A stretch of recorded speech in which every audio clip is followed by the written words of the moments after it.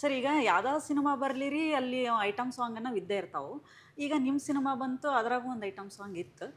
ಯಾಕೆ ಸರ್ ಯಾವ ಸಿನಿಮಾ ಬಂದ್ರು ಐಟಮ್ ಸಾಂಗ್ ಅನ್ನೋದು ಇರಲೇಬೇಕಾ? ಅದು ಯಾಕೆ ಐಟಮ್ ಸಾಂಗ್ ಅಂತ ನೀವು ಯಾಕೆ ಹೇಳ್ತೀರಾ? ಸ್ಪೆಷಲ್ ಸಾಂಗ್ ಅಂತೇಳಿ. ಐಟಮ್ ಸಾಂಗ್ ಅಂತ ನೀವು ಯಾಕೆ ಬಿಂಬಿಸ್ತೀರಾ? ಅದೊಂದು ಸ್ಪೆಷಲ್ ಸಾಂಗ್ ಅಂತೇಳಿ. ಈಗ ಯಾವುದೋ ಐಟಮ್ ಸಾಂಗ್ ಅಂತಂದ್ರೆ this is a non sense, ಅದು ಸೆನ್ಸಾರ್. ಅದು ಐಟಮ್ ಅನ್ನೋದೇ ಸೆನ್ಸಾರ್ ಅದು ಬೇಸಿಕಲಿ ಅಲ್ವಾ. ಸೊ ಅದನ್ನ ಯಾಕೆ ಐಟಮ್ ಅಂತ ಬಿಂಬಿಸ್ತೀರಾ? ದೊಡ್ಡ ದೊಡ್ಡ ಹೀರೋಯಿನ್ಗಳೆಲ್ಲ ಮಾಡಿದ್ದಾರೆ, ದೊಡ್ಡ ದೊಡ್ಡ ಹೀರೋಯಿನ್ಗಳು is well good. Aishwarya Rai ತಗೊಳ್ಳಿ, ವಿದ್ಯಾ ಬಾಲನ್ ತಗೊಳ್ಳಿ, ಪ್ರಿಯಾಂಕಾ ಚೋಪ್ರಾ ತಗೊಳ್ಳಿ, ಇಲ್ಲಿ ನಮ್ಮಲ್ಲೇ ತಗೊಳ್ಳಿ, ನಮ್ಮಲ್ಲಿ ಎಂತೆಂಥ ಹೀರೋಯಿನ್ಗಳು ಮಾಡಿದ್ದಾರೆ ನಮ್ಮ ಕನ್ನಡದಲ್ಲಿ. ಅದನ್ನೆಲ್ಲ ತೊಗೊಂಡು ನೀವು ಐಟಮ್ ಸಾಂಗ್ ಅಂತ ಬಿಂಬಿಸಂಗೇ ಇಲ್ಲ. It's special song. ಜನಕ್ಕೆ ಎಲ್ಲ ಜನಾಂಗ, ಎಲ್ಲ ಥರದ ವ್ಯಕ್ತಿಗಳು, ಎಲ್ಲ ಥರ ಸಿನಿಮಾ ನೋಡೋರನ್ನ ಸೆಳೆಯೋ ಒಂದು ಕಾರ್ಯಕ್ರಮ ಏನೋ ಇದು ಹೇಳ್ತೀವಲ್ಲ, ಸೊ ಆ ಥರ. ಅದು ಬಿಟ್ಟರೆ ನಾಟ್ ಲೈಕ್ ಎನಿ ಅದರ್ ಇದೆ. ಮೊದಲೆಲ್ಲ ಇತ್ತು, ನೀವು ಮೊದಲೆಲ್ಲ ನೋಡಿರ್ತೀರಿ ಸಾಂಗ್ಗಳು, ಡಿಸ್ಕೋಲ್ ಒಂದು ಸಾಂಗು, ಬಟ್ ಒಂದು ಸ್ಟೋರಿ ಇರೋದು.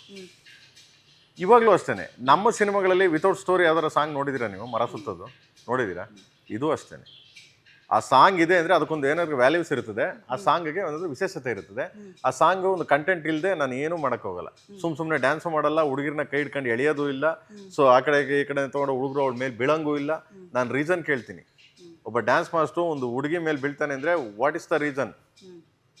ಒಂದು ಹೀರೋ ಯಾವುದೋ ಒಂದು ಹೀರೋಯಿನ್ ಕೈ ಹಿಡ್ಕೊಂಡು ಗೆಳಿತಾನೆ ಅಂದರೆ ನನಗೆ ರೀಸನ್ ಕೊಡು ಅಂತೀನಿ. I am like this. ನಾನು ಯಾರನ್ನೂ ಸ್ಟೇಜಿಗೆ ಬಿಡಲ್ಲ. ನನಗೆ ರೀಸನ್ ಬೇಕು. ಈ ಶಾರ್ಟ್ ನೀನು ಇಡ್ತೀಯ ಅಂದರೆ ನಿನಗೆ ಇದನ್ನು ನಂಗೆ reason, what is a reason? ಇದಕ್ಕೆ ರೀಸನ್ ಬೇಕು. ಯಾಕಂದರೆ ಅವ್ನು ನೋಡೋನು ಕತೆ ಕೇಳ್ತಾನೆ, ಯಾಕೆ ಹಿಡ್ಕೊಬಿಟ್ರೆ, ಏನು ಮಾಡ್ಬಿಟ್ರಿ ಅಂತ ಕತೆ ಕೇಳ್ತಾನೆ. ಅದಕ್ಕೆ ನೀನು ಆನ್ಸರ್ ಮಾಡಬೇಕು. ಅವ್ನಿಗೆ ತೃಪ್ತಿ ಮಾಡೋಕೆ ಇದಕ್ಕೆ ಆನ್ಸರ್ ಮಾಡಬೇಕು ಅಂತೀನಿ ನಾನು. ಆ ಥರ ನಾನು ಅವಾಗ ಎಲ್ಲನೂ ಅಷ್ಟೇ, ಕಥೆಲೇ ಸಾಂಗ್, ಸ್ಟೋರಿ ಏನಿರುತ್ತೆ ಅದ್ರೊಳಗಡೆ ಸಾಂಗ್ಸ್ ಮಾಡ್ತೀನಿ ನಾನು. ಅದಕ್ಕೆ ಸಾಂಗ್ಸ್ಗಳು ಹೋಗ್ತವೆ, ಚೆನ್ನಾಗಿ ಹೋಗ್ತವೆ ಅಂತಾರೆ ಜನ. ಗೊತ್ತಿಲ್ಲ ನನಗೆ.